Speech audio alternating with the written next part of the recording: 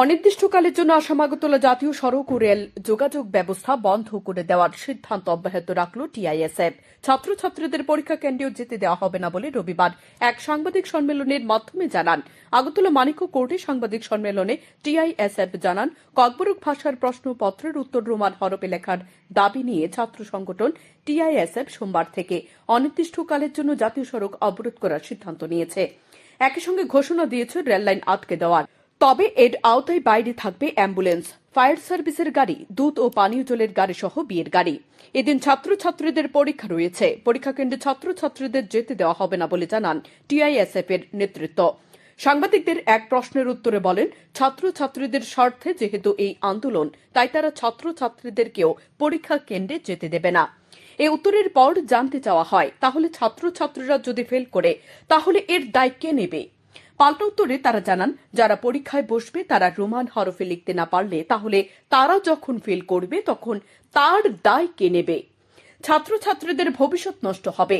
সরকারের কাছে বহুবার নিয়মিত দাবি করার পরেও সরকার দাবি মানতে চায় না, তাই আন্দোলন করে সরকারের কাছ থেকে দাবি পূরণ করতে চাইছে বলে জানান। আর এটাই একমাত্র তাদের সমস্যা সমাধানের রাস্তা বলে মনে করছেন তারা। কারণ পূর্বের সমস্যার বিষয়ে তুলে ধরে বলেন, পূর্বে সমস্যার সমাধান হয়েছে একমাত্র পথ অবরোধ করে আন্দোলনের পর। তখন সরকার সমস্যার সমাধান করতে তাদের কাছে যায় বলে জানান। এদিন ডিক্লারেশন দিয়েছিলাম 12 তারিখে টিআইএসএফ থেকে ত্রিপুরা রাজ্যব্যাপী রাস্তা ব্লক করা হচ্ছে এবং রেলওয়ে রাস্তা ব্লক করা হচ্ছে।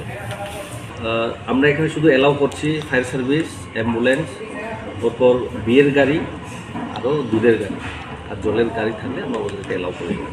আর আপনারা জানেন, এটা আমরা কোনো সময়সীমা নির্ধারিত নেই।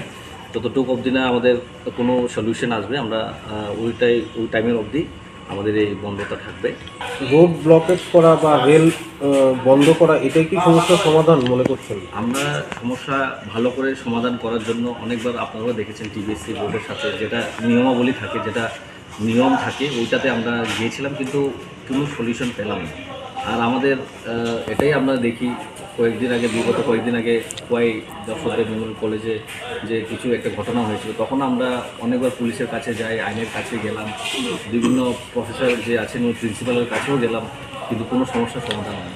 যখন আমাদের রাস্তা বন্ধ করে, যখন লাইফলাইনটা বন্ধ করে ওর পরে সরকার আমাদের কাছে আসে, বলার জন্য আসে। কী করবো, ওদের সিস্টেমই এরকম, ওদের সিস্টেম এরকম করে বানিয়ে রেখেছে। আমরা আর কী করবো? আমরা তো সব রকমের ট্রাই করেছি, আমরা অনেকবার গিয়েছি, লেটার দিয়েছি, মেমোরেন্ডাম দিয়েছি, ওরা এখন মানছে না। তো আমাদের এটাই করতে হবে এখন। ছাত্রছাত্রীদের পরীক্ষা কেন্দ্রে যেতে দেওয়া হবে না, এই ধরনের মন্তব্যের পর কতটা ছাত্র দরদি ছাত্র সংগঠন টিআইএসএফ সেটা স্পষ্ট হয়ে গেছে রবিবার। স্যান্দন টিভি।